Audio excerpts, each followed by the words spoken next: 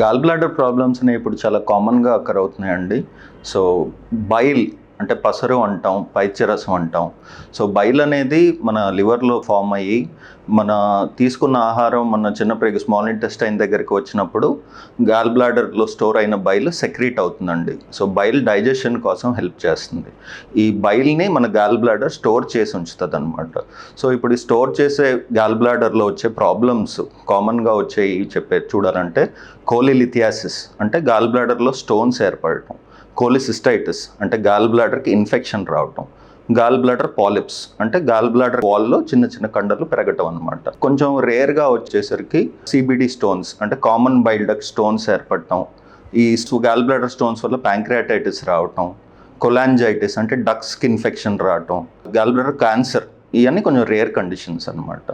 So main కామన్గా వచ్చేది gall bladder stones, cholelithiasis, gall bladder infection, cholecystitis and gall bladder polyps అంటే gall బ్లాడర్లో కొంచెం కండ పెరగటం.